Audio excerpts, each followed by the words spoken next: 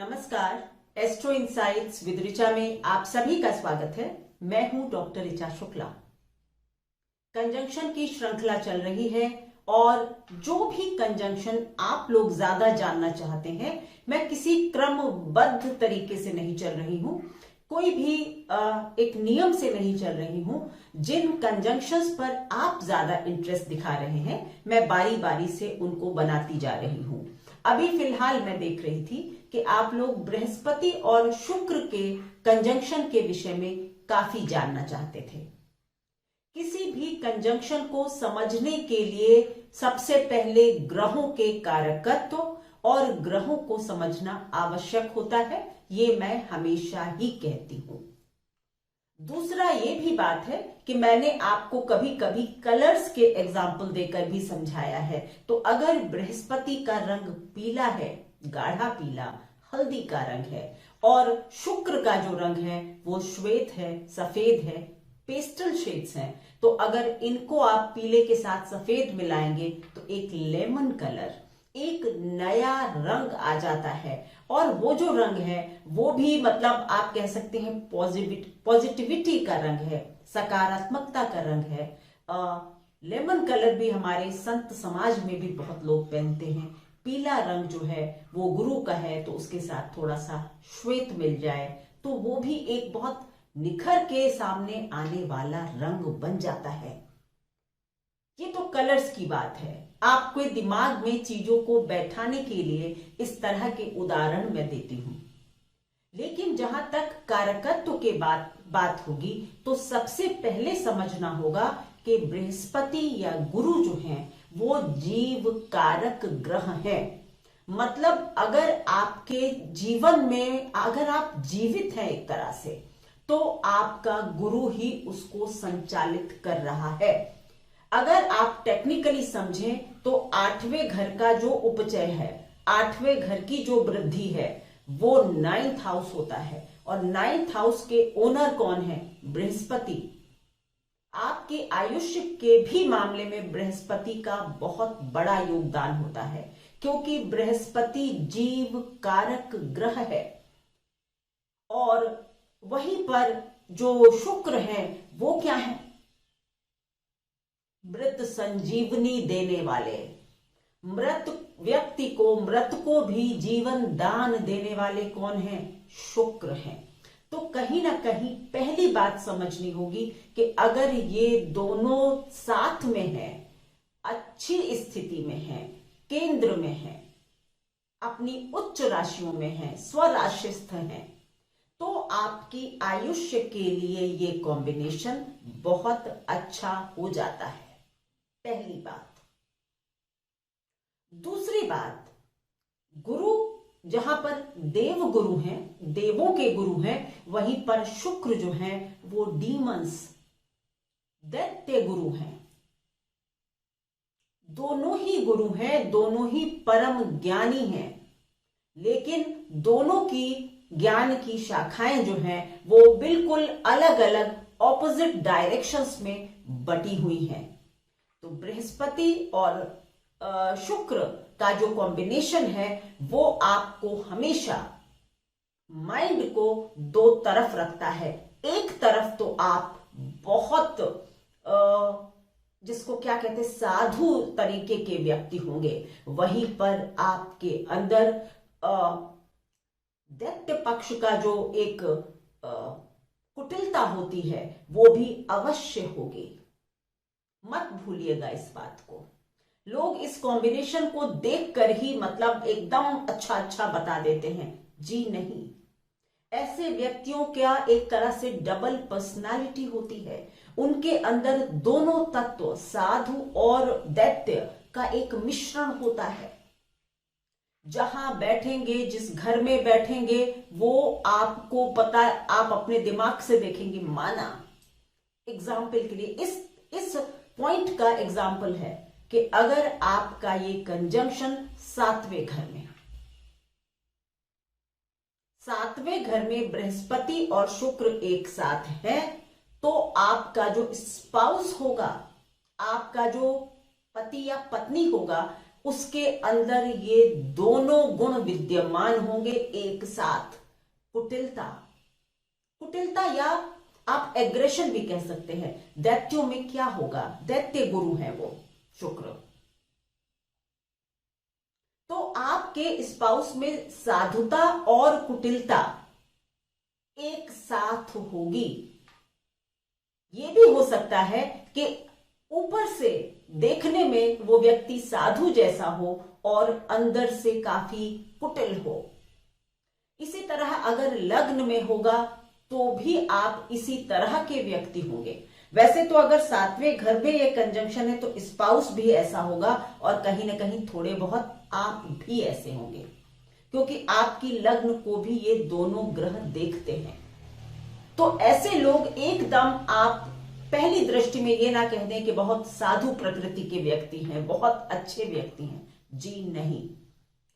तीसरा पॉइंट है कि बृहस्पति भी ज्ञान के कारक हैं, गुरु हैं, शुक्र भी ज्ञान के कारक हैं। अगर ये कंजंक्शन होता है तो आप मतलब जिसको कहते हैं ना कि विद्या और बुद्धि की दृष्टि से बहुत सबल व्यक्ति हो जाते हैं। आपकी पढ़ाई लिखाई अक्सर अगर ये कंजंक्शन 5वें घर में ही हो जाए तो बहुत अच्छा हो सकता है। मतलब आपकी बस शर्त यह है कि बृहस्पति और शुक्र नीच अवस्था में ना हो। जैसे कि अगर ये कंजंक्शन 5वें घर में कन्या राशि में बन जाए, जहां पर शुक्र नीच के हैं और बृहस्पति शत्रु के स्थान में है, ऐसे व्यक्ति की बुद्धि जो है वो काफी कुटिल होगी।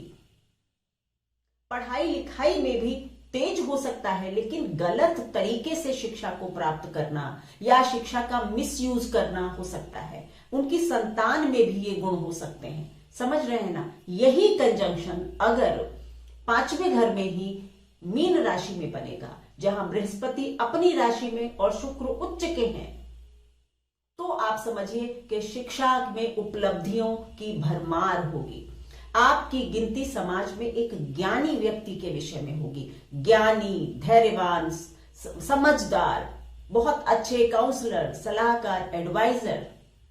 और वहीं अगर कन्या राशि में 5वें घर में ही होगा, लेकिन कन्या राशि में होगा, तो इतना फर्क आ जाएगा कि आप अपनी विद्या का मिसयूज कर रहे होंगे, या फिर आपकी पढ़ाई जो है वो आप डायरेक्टली यूज नहीं कर रहे हैं, आप उसमें कुछ घुमाव, मतलब मैंने कहा ना, कुछ कुटिलता को शामिल कर रहे हैं। ऐसा हो सकता है या होगा।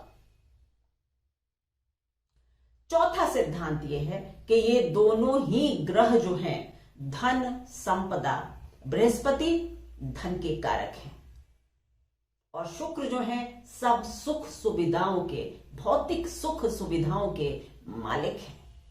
इन दोनों का संयोग अगर कुंडली में होगा तो धन की दृष्टि से अति सबल कॉम्बिनेशन है। बहुत ही मतलब धन उपार्जन आप कर सकते हैं। शर्त वही बार बार रिपीट होगी, नीच के ना हो, शत्रु ग्रहों से या क्रूर ग्रहों से दृष्ट ना हो, अपने घर में हो, या तो स्वराशिस्थ हो, या फिर मीन राशि में इनका कॉम्बिनेशन बनता हो। तो आई थिंक सर्वश्रेष्ठ ये कॉम्बिनेशन मीन राशि में ही होता है। बाकी अगर धनु राशि में बन रहा होगा तो फिर बृहस्पति का अपर हैंड होगा। अगर तुला या वृषभ में बन रहा होगा तो फिर शुक्र का अपर हैंड होगा। ये तो आप समझते ही हैं कि जो अपनी राशि में होगा वो ज्यादा प्रभावशाली होगा। तो आपको गुण पता है बृहस्पति के और शुक्र के। अब आप हिसाब लगा लेंगे कि अगर शुक्र प्रबल है तो आप किस तरह के इंसान होंगे, बृहस्पति प्रबल है तो आप किस तरह के इंसान होंगे। ये कंजंक्शन सर्वश्रेष्ठ होता है मीन राशि में, जहां पर साधना, त्याग, क्योंकि शुक्र भी उच्च के आपको साधक बनाते हैं। लेकिन इस कॉम्बिनेशन को, इस कंजंक्शन को बिल्कुल निष्पाप, निष्कलंक होना चाहिए। अगर इस पर क्रूर ग्रहों की दृष्टि पड़ती है तो आप सच मानिए कि इसके परिणाम काफी हद तक रिड्यूस हो जाते हैं और कभी कभी तो खराब भी हो जाते हैं। माइनस भी हो जाते हैं। मैंने ऐसी कई पत्रिकाएं देखी हैं कि 7वें घर में ये कंजंक्शन है, मीन राशि में है, शनि की दृष्टि मात्र से। जुपिटर की जब दशा चल रही थी तब वो महिला बहुत अच्छे शादीशुदा जीवन को बिता रही थी, लेकिन शनि की दशा शुरू होते ही, जो कि उनके पंचम भाव में थे और तीसरी दृष्टि डाल रहे थे, उनका अपने पति से शादी के 20 साल बाद, 25 साल बाद शायद सेपरेशन हुआ। जी हां, तो इस कंजंक्शन का जो फल है वो मैं आपको हर दृष्टि से समझा रही हूं। आप किसी भी कंजंक्शन को बंद आंखों से न देख लें कि बस कंजंक्शन है तो अच्छा है, बृहस्पति शुभ है, शुक्र शुभ है, ये कंजंक्शन अच्छा है। ऐसा बिल्कुल नहीं होता ज्योतिष में। हर पक्ष की जानकारी करें तभी किसी नतीजे पर पहुंचे। तो बात हम कर रहे थे कि क्या क्या कारकत्व है और क्या क्या असर होता है। तो पढ़ाई लिखाई चौथा पॉइंट था कि आपकी शिक्षा, क्योंकि दोनों ही गुरु हैं, तो ये अच्छे शिक्षा आपको जीवन में दे सकते हैं। आप खास करके मेडिकल प्रोफेशन, आपका मेडिकल प्रोफेशन, न्याय का प्रोफेशन, आर्किटेक्ट, ये 3 तो मैंने खास देखे हैं। और अगर इस पे कोई टेक्निकल प्लैनेट मिल जाता है, राहु मिल जाए, मंगल मिल जाए, तो फिर इंजीनियर्स वगैरह भी आप बन सकते हैं।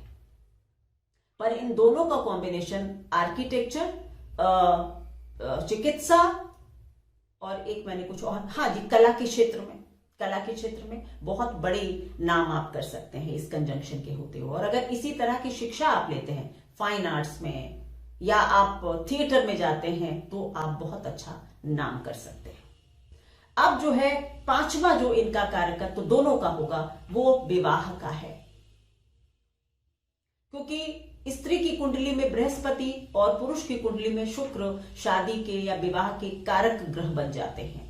अगर इनका कंजंक्शन शुभ स्थानों में हो, केंद्र में हो जाए, त्रिकोण में हो जाए, 1, 5, 9 में हो जाए, तो आपकी शादी में जनरली बाधा नहीं आती। बहुत शीघ्र, जल्दी से अच्छे स्पाउस के साथ आपका विवाह भी ये कंजंक्शन करा देता है, यानी विवाह में बाधाएं नहीं होती। लेकिन अब अगर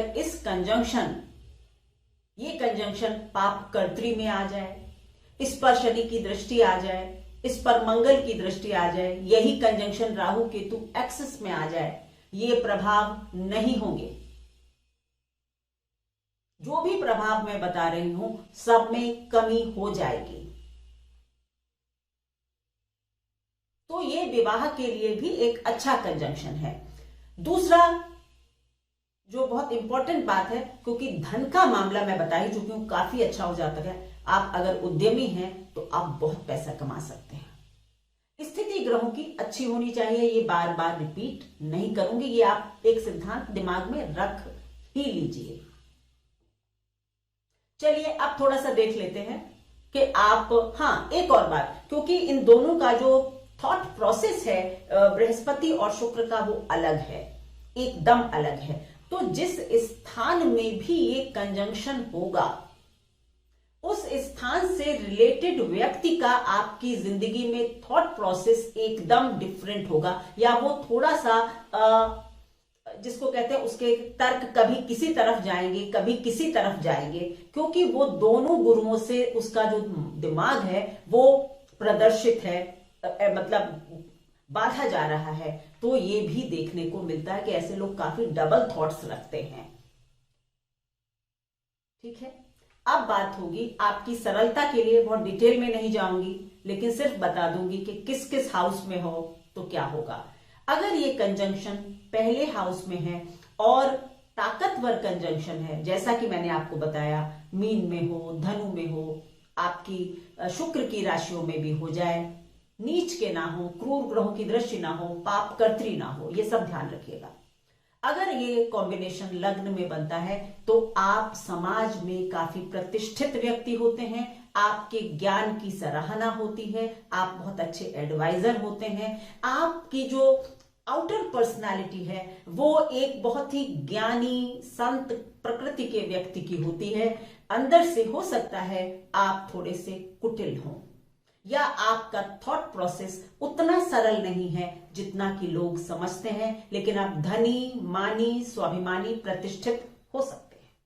अब बात होगी दूसरे घर में अगर ये कॉम्बिनेशन बनता है, ताकतवर तरीके से बना हुआ है, तो धन की दृष्टि से अतिशय उत्तम स्थिति होगी आपके पास। आपकी एक बहुत समृद्ध परिवार में जन्म हुआ हो, ऐसा हुआ होगा। आपके पास गजब की वाक शक्ति होगी, वाक क्षमता होगी, और लोग उससे प्रभावित भी अवश्य होंगे। अब अगर नीच का होगा शुक्र या बृहस्पति, तो ऐसी स्थिति में आप झूठ सच भी कर सकते हैं, फर्क देख लीजिएगा। और अगर मीन राशि में बन रहा होगा तो आपकी बात का मतलब, जैसे कहते हैं ना कि एक वजन होगा, आप जो कहेंगे वो लोगों को लगेगा सच कह रहे हैं।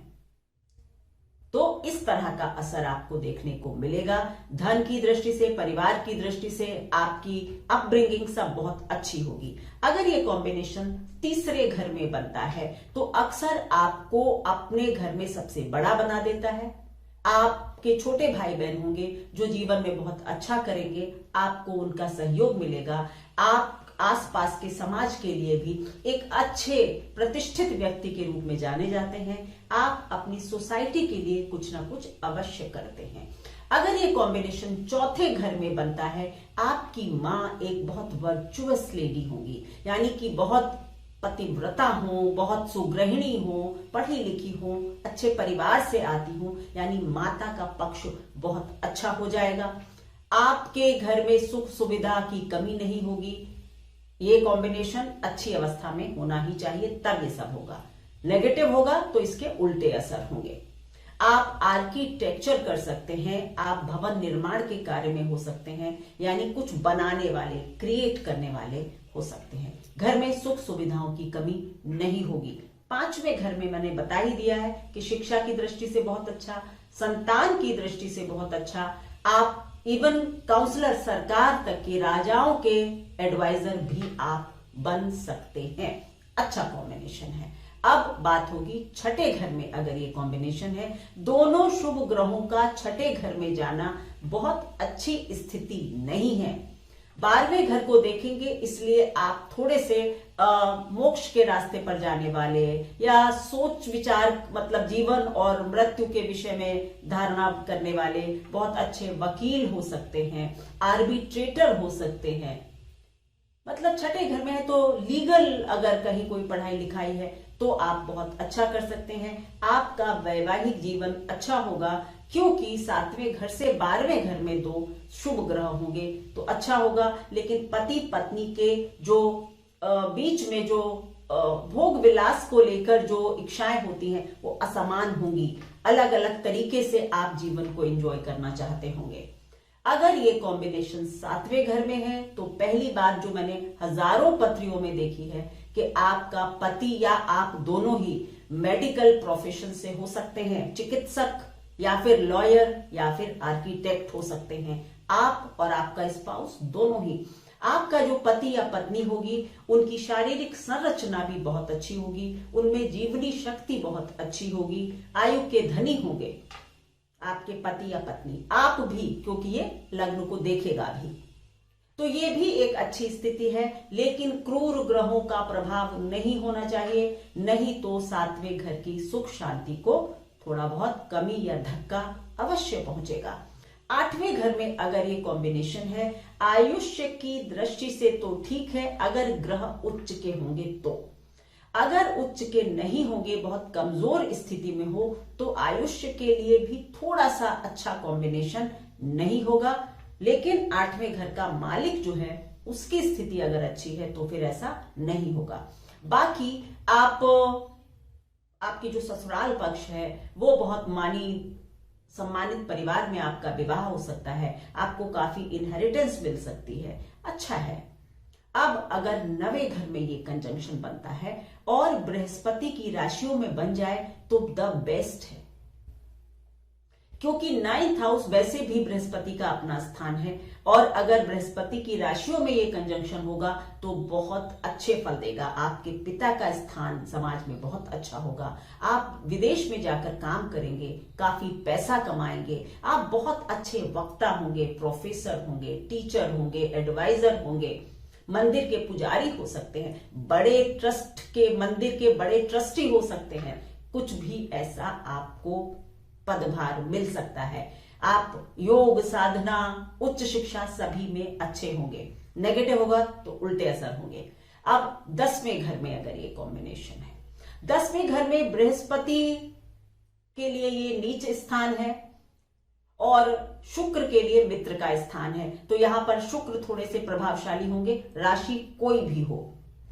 सिर्फ अगर बृहस्पति की राशियां हैं तो अलग बात है, अन्यथा शुक्र थोड़े से प्रभावी होंगे। एक अम्ला योग बना देता है ये कॉम्बिनेशन, 2 शुभ ग्रह 10वें स्थान में, तो आप बहुत ही प्रतिष्ठित व्यक्ति होंगे। कला के क्षेत्र में आपका बड़ा नाम हो सकता है, आप धनी, मानी, सम्मानित व्यक्ति होंगे सोसाइटी के। यही स्थिति आपके पिता की भी आपके जन्म के बाद हो सकती है, पिता का स्टेटस भी अपलिफ्ट हो सकता है। अगर नेगेटिव इन्फ्लुएंस में होंगे, जो कि मैं 4-5 पहले ही बता चुकी हूं, तो फिर ये स्थितियां थोड़ी सी कमजोर हो जाएंगी। 11वें घर में अगर ये कंजंक्शन है, 11वें घर में तो अच्छा ही है, बहुत अच्छी इनकम, आमदनी, सुख सुविधाएं, अवार्ड्स, रिवॉर्ड्स सब आपको मिलेंगे। अगर आप कभी कोर्ट केस में फंसेंगे तो उसमें भी विजयी होने के चांसेस बढ़ जाएंगे इस कॉम्बिनेशन के चलते। बहुत बड़े मानी सम्मानित लोगों के बीच में उठेंगे बैठेंगे आप, आपका सर्कल बहुत बढ़िया होगा, आपके प्रमोशंस वगैरह भी जीवन में अच्छे होंगे।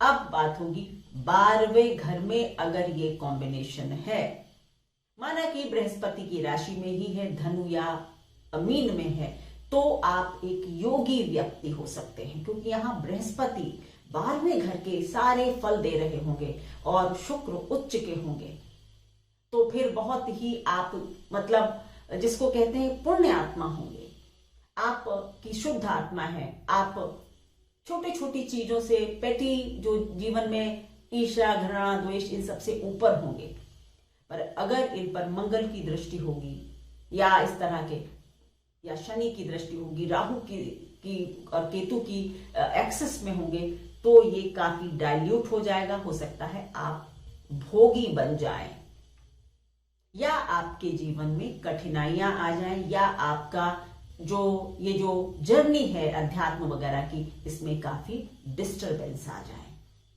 तो इस तरह से इस कंजंक्शन को अगर आप समझेंगे तो आप कभी भी भ्रमित नहीं होंगे। हाँ, ये सच है कि 2 बहुत ही महान, 2 बहुत ही बड़े ग्रहों का संगम होता है। अगर पॉजिटिव हो तो जीवन बदलने वाला है ये कंजंक्शन। धन्यवाद। मेरे चैनल को प्लीज आप लोग देख तो रहे हैं, पता नहीं सब्सक्राइब ज्यादा नहीं कर रहे हैं। अगर आपको मेरे वीडियोस पसंद आते हैं तो प्लीज सब्सक्राइब करें, शेयर करें। धन्यवाद।